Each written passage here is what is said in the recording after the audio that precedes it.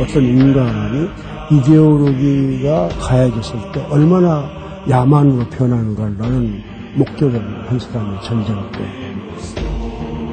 이 시대에서 문학을 하는 이 땅의 모든 문인들은 분단 문학을 피해갈 도리는 없다 하는 역사적, 사회적 책무가 주어지는 것이 분단 문학의 비중이고 무게라고 할 수 있습니다.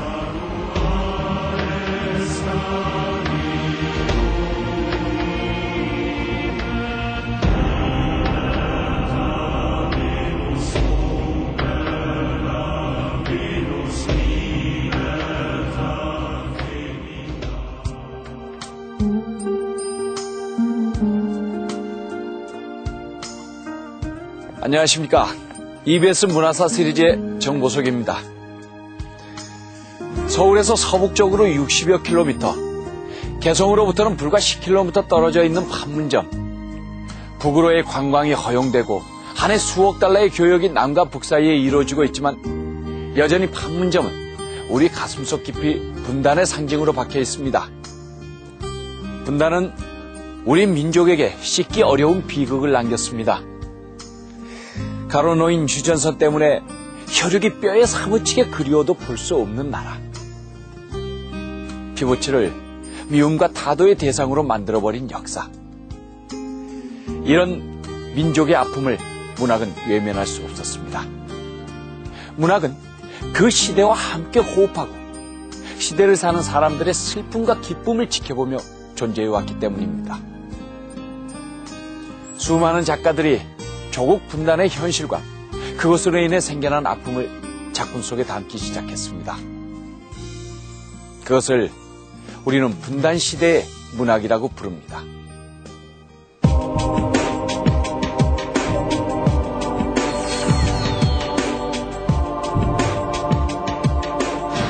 분단의 시대에 쓰여진 모든 작품을 분단 문학이라고 할 수 있겠죠.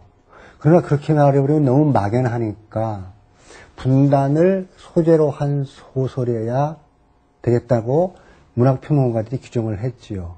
그래야 독자들도 그 개념을 확실히 받아들일 수 있으니까. 그런데 분단만을 이야기한다면 분단 현실 그 자체가 되니까 2단계로 분단 극복의 문학이어야 한다. 곧 그 말은, 극복이라는 말은 분단이 가지고 있는 양쪽 대결 양상을 넘어서야 된다. 그래서 그 말은 다시 말하면 통일에 기여할 수 있는 문학이어야 한다. 그 두 가지로 인식을 함으로써 분단 문학에 대한 확실한 정의가 될 수 있겠죠. 우리가 분단 현실이 우리들에게 가장 가혹하게 다가온 절실한 문제를 주로 많이 다룬 것을 작은 의미에서 우리가 분단 문학이라고 하게 됩니다. 그것은 민족적 갈등, 이데올로기에 의한 갈등, 그 비극, 그리고 한쪽으로는 이상가족의 문제, 실향민의 문제, 이런 것 등등을 주로 다룬 것이 분단 문학이 되겠죠. 말하자면 분단된 시대니까 우리가 지금 그렇잖아요. 그러니까 그런 일환으로 이제 분단 문학. 말하자면 통일이 안 돼 있고 강산이 잘린 상태의 어떤 이게 말하자면 제대로 된 아니잖아요. 이런 시기의 문학이거든요. 지금 우리 문학이. 이승만의 그 민간인 독재로는 안 되겠다고 해서 군부 독재로 바꾼 것이 이제 5.16 쿠데타고 유신이고 이렇게 된 거 아닙니까? 그럼 그렇게 바뀌었을 때 어떻게 되냐면 말이죠.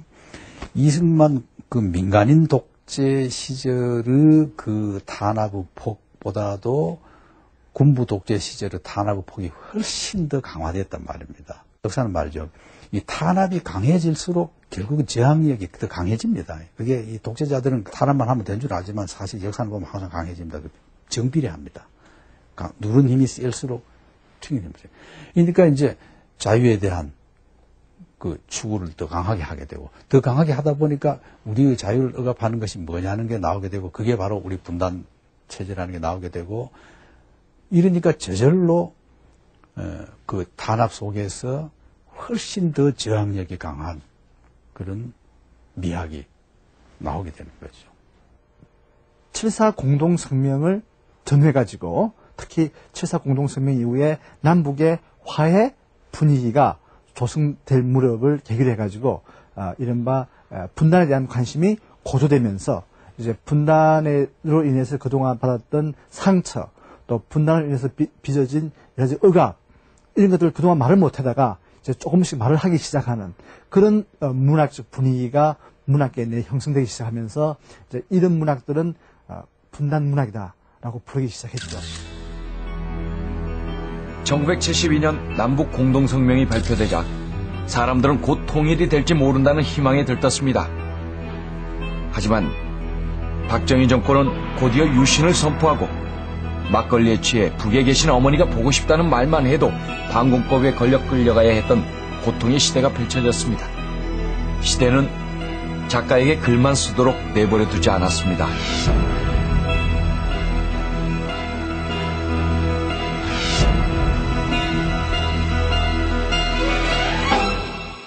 그것은 그 유신 체제가 선포되고 난 다음에 문인들에 의한 그 반유신, 그러니까 그 당시에는 개헌운동이라고 그랬습니다.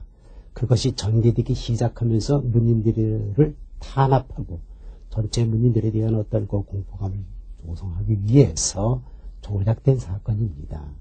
74년 1월 7일 61인 문인시국성명, 문학인 시국성명을 그때 명동성당 앞에 그때 무슨 다방이가 거기서 해가지고 중부서에 갔다가 그래가지고 우리 집에 그때 뭐 김지하, 황석영 와서 그때 개인집 저 위에 살 때요.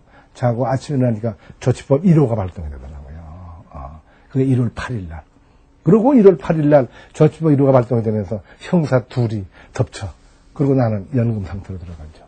잠시 집에 데려다 놨다가 보안사로 데리고 가서 거기서 감금돼가지고 조사가 진행이 됩니다. 그러니까 유신 헌법에 대한 반대 운동이 시작된 바로 그 즉시 시작된 겁니다. 이렇게 됐는데 사실은 이호철 씨를 올가나올 특별한 구실이 그때는 없었어요. 당장은. 일본을 통해서 이북하고 연결이 됐다 하는 쪽으로 씌웠어요. 그게 처음엔 간첩 혐의였어요. 그게.